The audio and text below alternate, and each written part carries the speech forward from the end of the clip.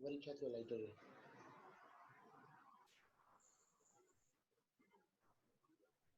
अच्छा अच्छा अच्छा 5 बजे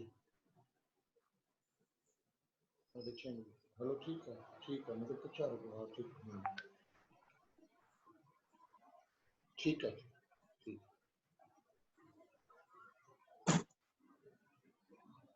किथे अच्छा रोने दो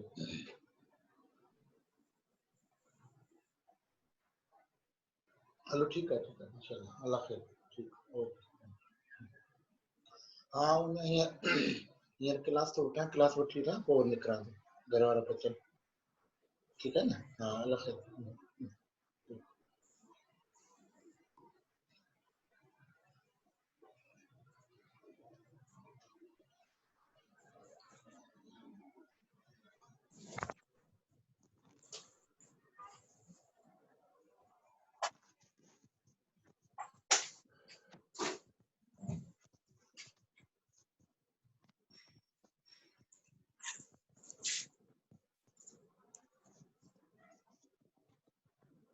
Bismillahirrahmanirrahim. Dear students, Assalamu alaikum. Today we are going to discuss the objective we see here that regarding the elbow joint. After the completion of the lecture, we will have knowledge of structure, ligaments, movements and muscle producing movements, nerve supply, blood supply, some common clinical aspects of the elbow joint. So we are talking about the elbow joint. Elbow joint is also called as ulnar humeroradial joint. So you see, we have two joints here between humerus and radius and humerus and ulna. And there is also a joint formed between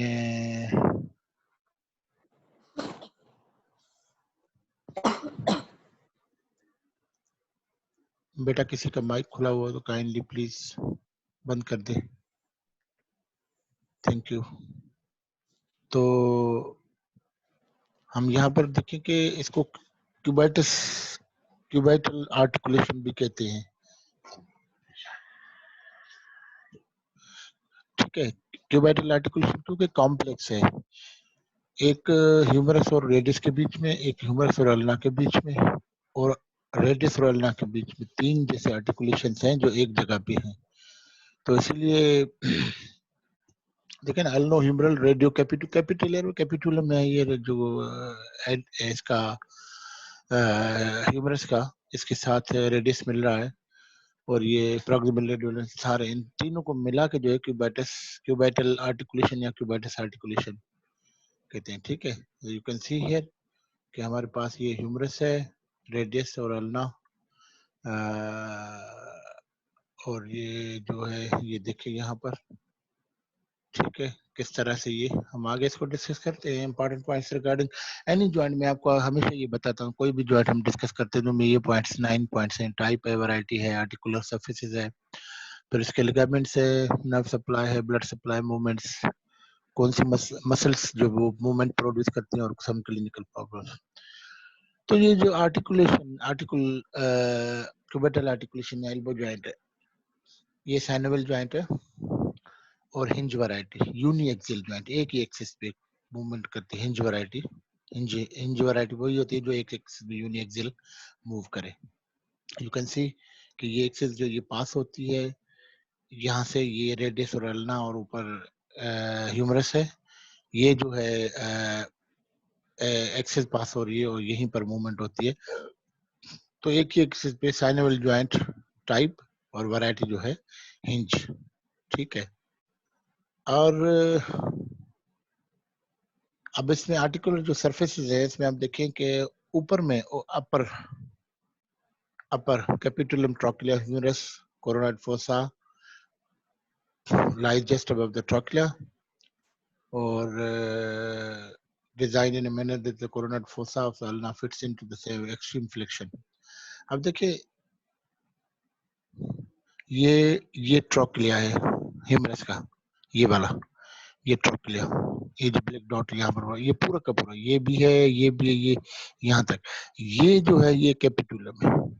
ठीक है, trochlea वो fit होता है trochlear notch में ulna के, और ulna का हम क्योंकि फ्रंट से देख रहे हैं तो ये जो प्रोसेस है अल्ना का, ये जो 3 एरो लगे हुए, ये पूरा का पूरा प्रोसेस ये कोरोनाइड प्रोसेस है।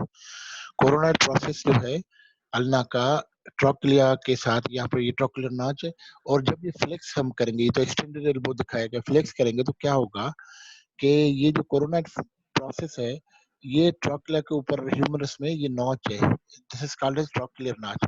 ये फ्लेक्शन के दौरान ये फिट हो जाएगी coronoid fossa into the coronoid process into the coronoid fossa, ये वाला, ये है coronoid fossa, trochlea just above the trochlea, ये ट्रोक्लिया, इसके ऊपर ये कोरोनाइड फोसा। ठीक है, और रेडियल फोसा जो है ये यहाँ पर। ठीक है, तो ये जो हेड ऑफ रेडियस है, हम जब इसको फ्लेक्स करेंगे तो head of radius fits into the radial fossa just above the capitulum, ये कैपिटुलम, इसके ऊपर ये रेडियल फोसा, यहाँ पर कैपिटुलम के ऊपर रेडियल फोसा, कोरोनाइड और ट्रोक्लिया के ऊपर कोरोनाइड फोसा। ठीक है, तो कैपिटुलम में जो है हेड को कैपेट जहाँ वर्ड है तो हेड है, तो ये उसमें फिट होता है, इसलिए उसको कहते हैं ये अपना रेडियल फोसा, कैपिट कैपिट, ये जो हेड इसके साथ मिलता है कैपिटुलम, इसलिए कहते हैं क्योंकि कैपिट मींस हेड, ये है हेड ऑफ रेडियस। तो जब फ्लेक्शन करते हैं तो हेड ऑफ रेडियस इसके ऊपर जो है रेडियल फोसा उसमें जाके मिलता है, और ये कोरोनल प्रोसेस जो है ये ट्रैक्लिया के ऊपर जो कोरोनल फोसा उसमें जाके मिलता है जब हम फ्लेक्शन करें, एक्सट्रीम फ्लेक्शन, बिल्कुल कि फोर आर्म का इंटीरियर और आर्म का इंटीरियर दोनों आपस में मिल जाए। ठीक है, ये हो गया, यहाँ पर आप देख सकते हैं। ठीक है, ये आपका रेडियल फोसा, ये कोरोनल फोसा, ये कैपिटुलम, ये ट्रोक्लिया, ये हेड ऑफ रेडियस, ये कोरोनल प्रोसेस, और ये पोस्टीरियर प्रोसेस अल्ना का ओलिक्रिनियन प्रोसेस। ठीक है,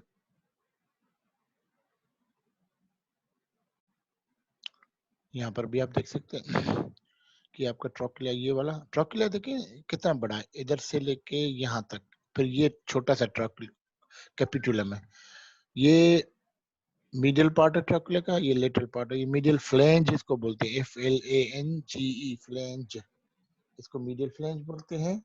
और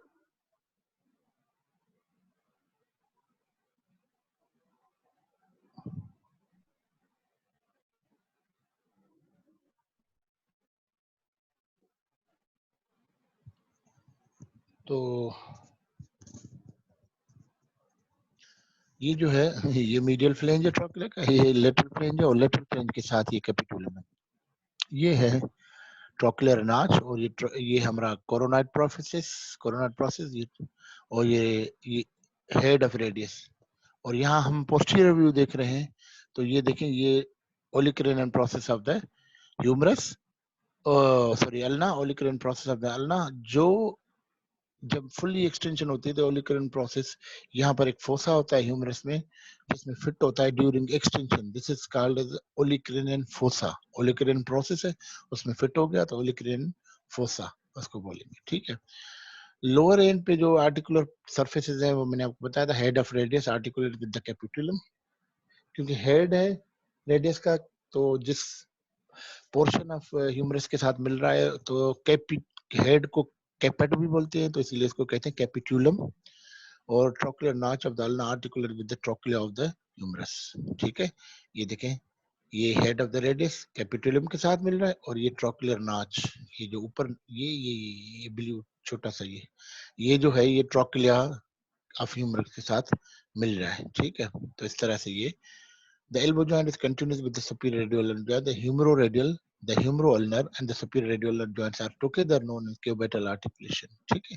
ये तीन कॉम्प्लेक्स जॉइंट है, इसलिए इसको cubital articulation। और यू कैन सी हियर, ये देखें ये हेड ऑफ रेडियस इसका अपर पोर्शन, और ये पूरी की पूरी ट्रोक्लियर नाच, ये देखें ये कोरोनाइड प्रोसेस का सुपीरियर सरफेस है जो lower half of the trochlear नाच बना रहा है, और ये ओलिक्रेनियन प्रोसेस का एंटीरियर सरफेस है जो अपर हाफ ट्रोक्लियर नाच का बना रहा है। ये ट्रोक्लियर नाच का अपर हाफ, ये लोअर हाफ जो है कोरोनाइड प्रोसेस का सुपीरियर सरफेस बना रहा है, अपर हाफ जो है वो ओलिक्रेनियन प्रोसेस का एंटीरियर सरफेस बना रहा है। तो इस तरह से ये जो है ओलिक्रेनियन, ये जो है ट्रोक्लियर नॉच बन जाती है जिसमें ट्रोक्लिया फिट हो जाता है ह्यूमरस का, और ये हेड ऑफ ह्यूमरस का अपर सरफेस आर्टिकुलर सरफेस जिसमें कैपिटुलम फिट हो जाता है, ठीक है। अब इसके जो लिगामेंट्स हैं, आई एम सॉरी मैं थोड़ा सा जल्दी जाऊंगा, आई डोंट नो के, क्योंकि लैपटॉप कम चार्ज हुआ है, पूरी रात से हमारा लाइट का प्रॉब्लम चल रहा था, तो मैं तो समझ रहा था शायद क्लास ना कर सकूं, बट इट इज ये चल रही है। तो थोड़ा सा अब लिगामेंट्स में जो है ये कैप्सुलर लिगामेंट है, ठीक है, ulnar collateral ligament, radial collateral, तीन इंपॉर्टेंट लिगामेंट है, यू कैन सी हियर। ये कैप्सुलर लिगामेंट फ्रंट से और ये बैक से, ये देखिए कैप्सुलर लिगामेंट ये, और ये आपका जो है यहाँ पर ये लेटरल कोलेटरल लिगामेंट और ये medial collateral ligament, you can see here. और एक छोटा सा ये देखिए, ये यहाँ पर आपको नजर आएगा, ये है एन्युलर लिगामेंट, ठीक है। ये क्यों है ये मैं आपको आखिर में बताता हूँ, you can see here.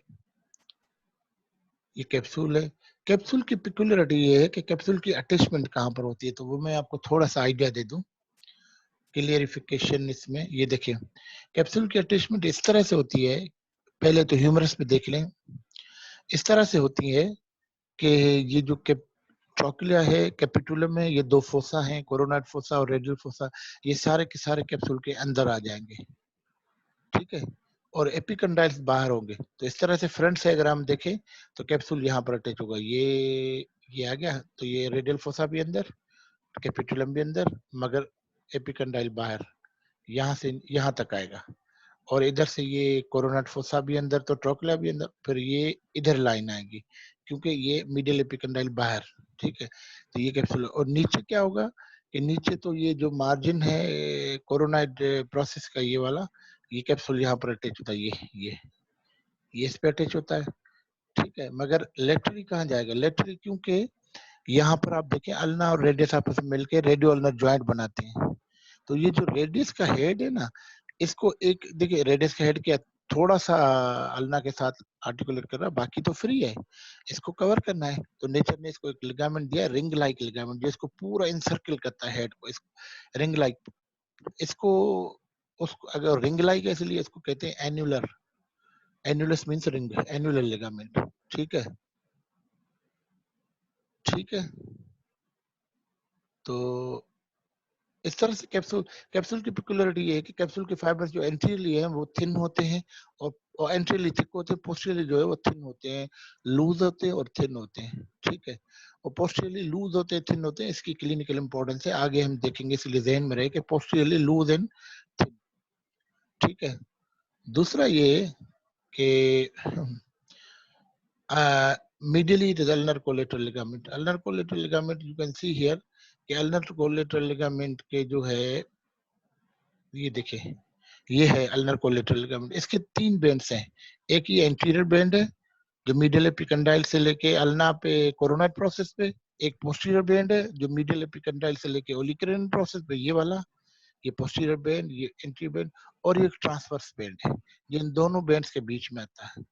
Triangular triangular है जो अल्नर कोलेटरल लिगामेंट या मीडियल कोलेटरल लिगामेंट है, वो ट्रायंगुलर है, तो ये आप देख सकते हैं, ये ट्रायंगुलर, ठीक है। एक्सक्यूज मी, बिजली जो फॉल्ट है वो चिंता चयो था अचन था, थोड़ो एडो कोई इशू कोने को पखी वखी उठा तो जल्दी कन था आईंदा 6 बजे तो भैया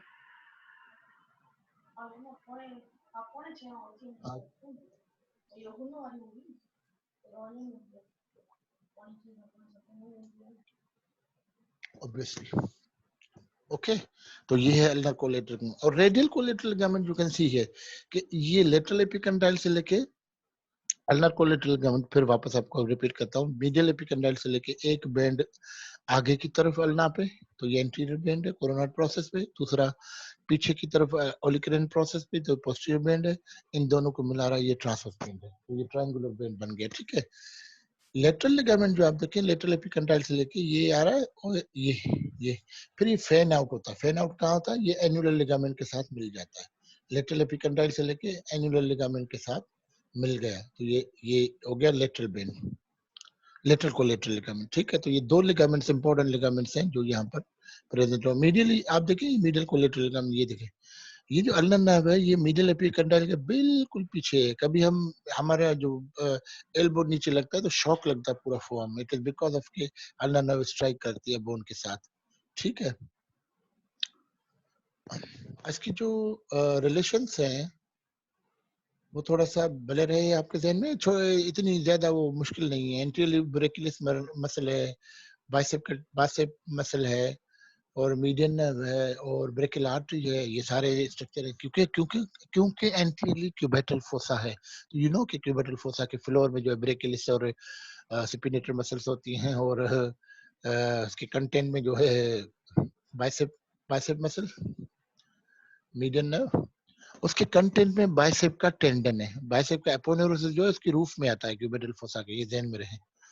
मीडियन नर्व ब्रेकियल आर्टरी उसके कंटेंट है, तो ये posterior tricep brachia and anconis obviously tricep है posterior, medially ulnar nerve जो दिखाई थी मैंने आपको, ये देखे हैं, और फ्लेक्सर कार्पी अल्नरिस और कॉमन फ्लेक्सर्स,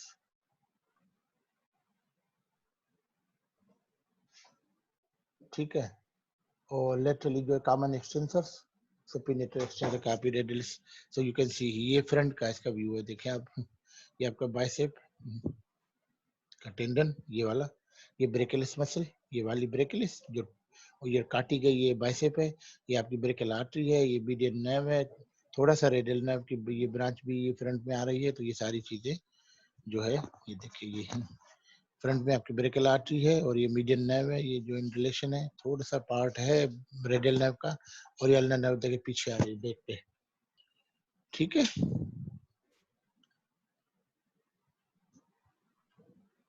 अब आप देखें इसकी ब्लड सप्लाई जो है, ब्लड सप्लाई क्या है इसकी, तो ब्लड सप्लाई आपको पता है कि जो भी जॉइंट्स है, हर जॉइंट के अराउंड एनास्टोमोसिस होता है, तो इसके एल्बो का एनास्टोमोसिस जो मैंने आपको पहले बताया, एक दफा फिर रिपीट करता हूँ, जहन नशीन कर ले।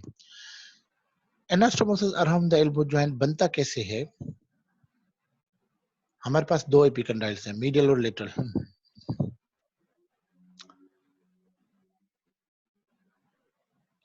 मीडियल एपिकंडाइल के दोनों सरफेसेस पे एंटीरियर पोस्टीरियर पे एनास्टोमोसिस बनता है, आर्टरीज मिलती हैं, और लेटरल के भी दोनों सरफेस पे एंटीरियर पोस्टीरियर पे, ठीक है। अब होता कैसे है कि मीडियल एपिकंडाइल के आप देखें यहाँ पर कि ऊपर से मीडियल एपिकंडाइल के फ्रंट, ऊपर से मीडियल एपिकंडाइल के बैक पे सुपीरियर अल्नर कोलेटरल आर्टरी ये, और inferior ulnar collateral artery front में, बैक में सुपीरियर अल्नर कोलेटरल आर्टरी, और नीचे से इंफीरियर अल्नर कोलेटरल आर्टरी के साथ जो अल्नर आर्टरी की ब्रांच है एंटीरियर अल्नर रिकरेंट, क्योंकि बैक जा रही तो रिकरेंट है और एंटीरियर पे जा रही तो anterior ulnar recurrent. Anterior ulnar recurrent नीचे से, ऊपर से inferior ulnar collateral brachial artery की, ये दोनों आपस में मिली फ्रंट ऑफ मीडियल एपिकंडाइल पे। बैक ऑफ मीडियल एपिकंडाइल पे ऊपर से सुपीरियर अल्नर कोलेटरल और नीचे से पोस्टीरियर अल्नर रिकरेंट, ये देखिए ये दोनों आपस में मिली। इस तरह से लेटरल एपिकंडाइल पे फ्रंट पे जो है ऊपर से anterior descending branch of the profunda brachial artery और नीचे से रेडियल रिकरेंट, ये रेडियल रिकरेंट और anterior descending branch of the profunda brachial artery in front of the lateral epicondyle. Posterior to lateral epicondyle ऊपर से पोस्टीरियर डिसेंडिंग ब्रांच और नीचे से इंट्रोशस पोस्टीरियर इंट्रोशस आर्टरी की रिकरेंट ब्रांच, इंट्रोशस रिकरेंट ये वाली। तो इस तरह से इंट्रोशस रिकरेंट और पोस्टीरियर डिसेंडिंग प्रोफंडा ब्रेक है back of the lateral epicondyle पे मिलेंगी। तो इस तरह से ये चारों मिलके आपस में ये anastomosis around the elbow joint बनाएंगे और यही एनास्टोमोसिस छोटी छोटी ब्रांचेस देगा जो अंदर जाएंगी, जॉइंट को सप्लाई करेंगे। यू कैन सी हियर ये भी वही है, ठीक है। तो इस तरह से आपको याद रखना है। और ये देखिए नर्व सप्लाई, जो भी नर्व इसको क्रॉस करती है almost they are supplying the ulnar nerve, median nerve, radial nerve, musculocutaneous nerve, musculocutaneous through its branch to the brachialis muscle. Musculocutaneous की जो ब्रांच ब्रेकियलिस को सप्लाई करेगी वही जाके इसको एल्बो जॉइंट को भी सप्लाई करेगी, ये ध्यान में रहे। ये सिंपल है, जो भी नर्व क्रॉस करे अल्नर, मीडियन, रेडियल सारी सॉरी, ठीक है। ये देखिए ये मीडियन नर्व है, ये रेडियल नर्व है और ये अल्नर नर्व है, तीनों क्रॉस कर रही हैं और तीनों इनको सप्लाई करेंगे जॉइंट को, ठीक है। इस तरह से, और ये ब्रेकियल आर्टरी भी आपको दिखाई कि यहाँ पर। तो मूवमेंट्स कौन सी होती है जॉइंट पे? जॉइंट पे जो मूवमेंट होती है हमारे पास वो फ्लेक्शन है और एक्सटेंशन है। फ्लेक्शन जो है जो फ्रंट पे मसल से है, हमारे पास स्पेशल जो फ्लेक्सर है वो है brachialis, only and only for the elbow joint. उसके बाद बाइसेप है और इवन ब्रेकोरेडियलिस है तो एक्सटेंसर कंपार्टमेंट की मसल, मगर मैंने आपको बताया था कि ब्रेकोरेडियलिस का जो काम है वो ये है कि आपके जो मिड प्रोन पोजीशन पे फ्लेक्शन कराती है। It is a flexor of the elbow as well, ठीक है। अच्छा, उसके अलावा आप देखें कि जो एक्सटेंशन मसल्स करा रही हैं, जो मसल्स एक्सटेंशन करा रही है वो ट्राइसेप है क्योंकि पोस्टीरियर में जो भी प्रेजेंट है, और anconeus muscle, anconeus extensor muscle forearm की सुपरफिशियल ग्रुप में शामिल है, वो भी जो है वो एक्सटेंशन कराएंगे जो back of the lateral epicondyle से अराइज होती है, ठीक है। ये देखिए ये मूवमेंट होती है, मूवमेंट यही होती है। आप इसको ऊपर ले जाए तो ये फ्लेक्शन होगी, ये देखिए फ्रंट ऑफ आर्म और फ्रंट ऑफ फोर आर्म दोनों अप्रोक्सीमेट दोनों मिल जाएंगे आपस में, और सीधा करें तो एक्सटेंशन, ये देखिए ये यहाँ पर फ्लेक्शन है और ये सीधा हो गया तो ये है एक्सटेंशन, ठीक है। Flexion and extension you can see here. और प्रोनेशन सुपिनेशन अगर असल में इसका काम नहीं है, वो सुपीरियर रेडियल के जॉइंट का काम है, उन्होंने रख दिया, मगर this is flexion and this is extension, you can see here. ये एक चीज है जो बहुत ही इंपॉर्टेंट है, carrying angle. Carrying angle actually है क्या? एक्चुअली होता ये है कि अगर आपको याद हो, इसी में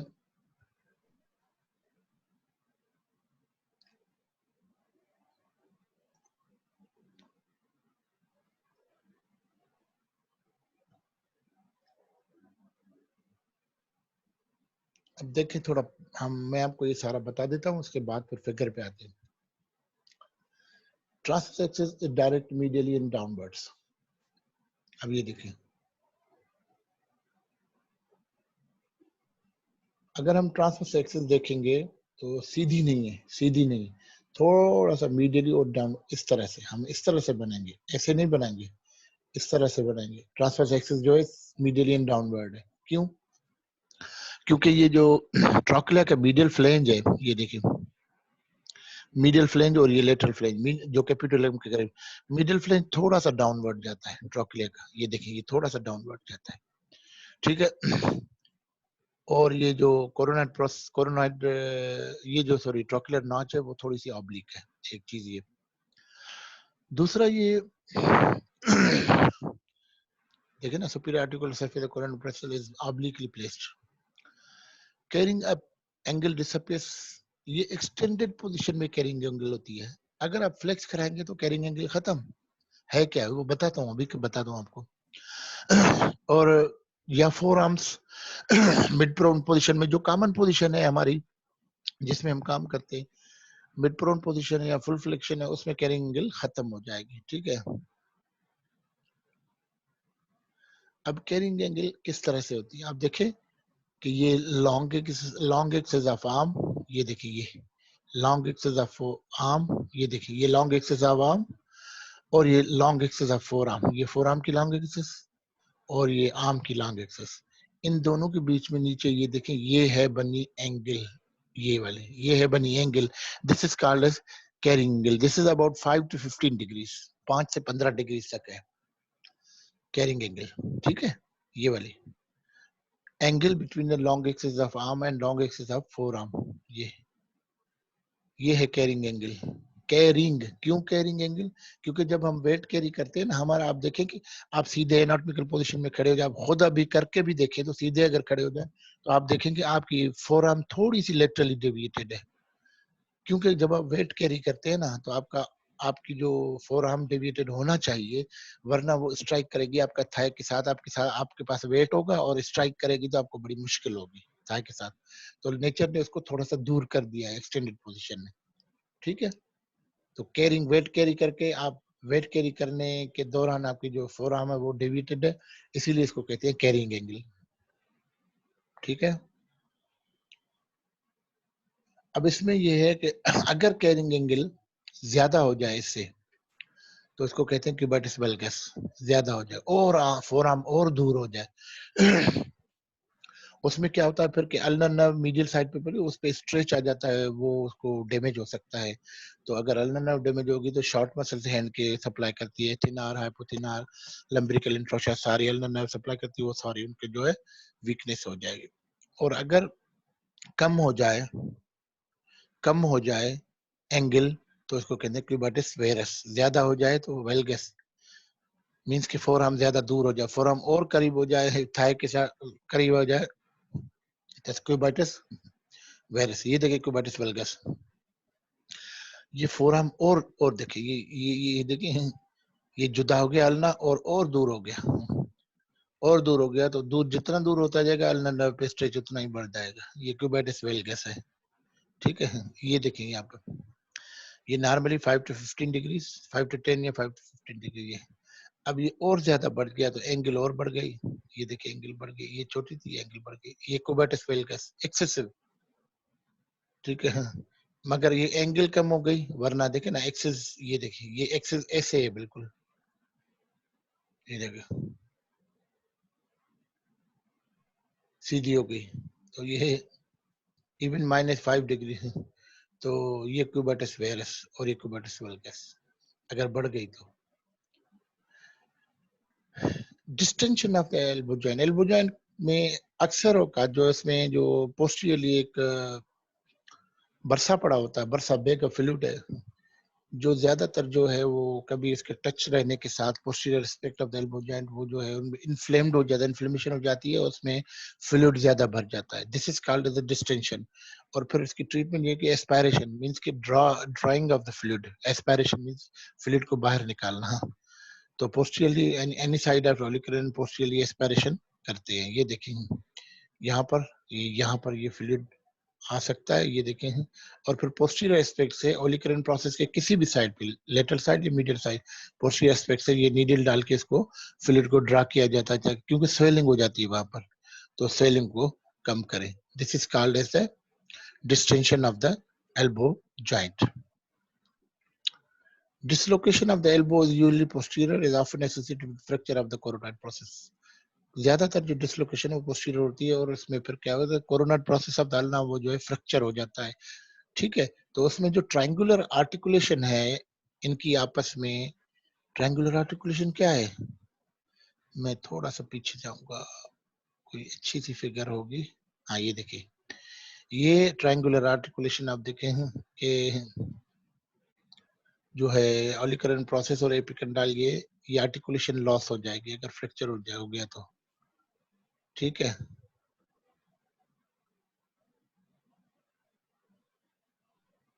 ये अभी ऊपर जाएगा, और तो ये ऐसे और ये ट्रायंगुलर आर्टिकुलेशन वो लॉस हो जाएगी। फ्रैक्चर अगर हो जाएगा तो ये ट्रायंगुलर आर्टिकुलेशन लॉस हो जाएगी। ठीक है, ट्रायंगुलर रिलेशन जो है, ट्रायंगुलर रिलेशनशिप जो है ये लॉस हो जाएगी। और ये देखिए, देखिए ना ये लिखा क्या हुआ है, between olecranon and the two humeral epicondyle is lost. ये देखिए, ये डिसलोकेशन, ये जिसमें फ्रैक्चर भी कोरोनर प्रोसेस का हो जाता है, ये पोस्टीरियर डिसलोकेशन। ये देखिए, आप गिर गए और ये पोस्टीरियर डिसलोकेशन, और ये कोरोनर प्रोसेस, ये जो है ये कोरोनर प्रोसेस का फ्रैक्चर भी हो सकता है यहाँ पर। ये देखिए, पोस्टीरियर डिसलोकेशन एंटीरियर भी हो जाती है, मीडियल लेटरल भी, देखिए ये लेटरल जा रहे हैं, मीडियल जा रही है, डाइवर्जेंट, ये दोनों जुदा हो गए, तो बहुत सी चीजें हो जाती हैं। ठीक है, ये कंप्लीट डिसलोकेशन है। इसमें फिर क्या होता है कि ये साइड वाइप इंजरी होता है कि ये जो लिगामेंट होता है, लेटरल कोलेटरल लिगामेंट, ये टीयर अप हो जाता है। ये देखें, ये posterior dislocation, coronoid process fracture हो गया, और ये tear up of lateral collateral ligament, जिसके साथ एन्युलर लिगामेंट भी टीयर अप हो गया है। ये देखें, it is called as sideswipe injury, जिसमें लेटरल कोलेटरल लिगामेंट और एन्युलर लिगामेंट दोनों टीयर हो गए, दोनों डैमेज हो गए, साइड वाइप इंजरी। ठीक है, ये देखिए, subluxation of head of radius, head of radius जो है ना उसको एन्युलर लिगामेंट कवर करता है पूरा। अगर कहीं पर स्पेशली इन द चिल्ड्रन जो है वो ज्यादातर वो जो है वो हेड ऑफ रेडियस जो है उस एन्युलर लिगामेंट से बाहर निकल जाता है, जिसको कहते हैं सबलक्सेशन। ठीक है, pulled in position the head of the radius slips out from the annular ligament. ये देखिए, ये एन्युलर लिगामेंट है, ये ये जो है सबलक्सेशन, हेड निकल गया बाहर, हेड बाहर निकल गया, इट इज कॉल्ड एज, ये नीचे चला गया, it is called as subluxation of the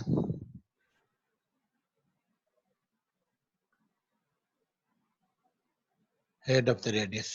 ठीक है, एक और प्रॉब्लम आ जाती है टेनिस एल्बो, क्योंकि टेनिस प्लेयर में होता है ज्यादातर, इसीलिए जो है अब्रप्ट प्रोनेशन, आप सीधा सीधा रैकेट पकड़े, एकदम से आप झटके से शॉट लगाया, आपकी जो एब्रप्ट प्रोनेशन, इसमें क्या होगा कि कॉमन एक्सटेंसर ओरिजिन के जो मसल्स हैं उनमें थोड़ा सा टीयर आ जाएगा, स्प्रेन आ जाएगा। ठीक है, और रेडियल कोलेटरल लिगामेंट में भी स्प्रेन आ जाएगा, तो जिसकी वजह से जो है वो पेन भी वहां पर फील हो सकता है। ये देखिए, ये है एक्सटेंसर, कॉमन एक्सटेंसर ओरिजिन, और ये देखें ये छोटी सी इंजरी आ गई, टीयर आ गया इसमें। ठीक है, ये वाला,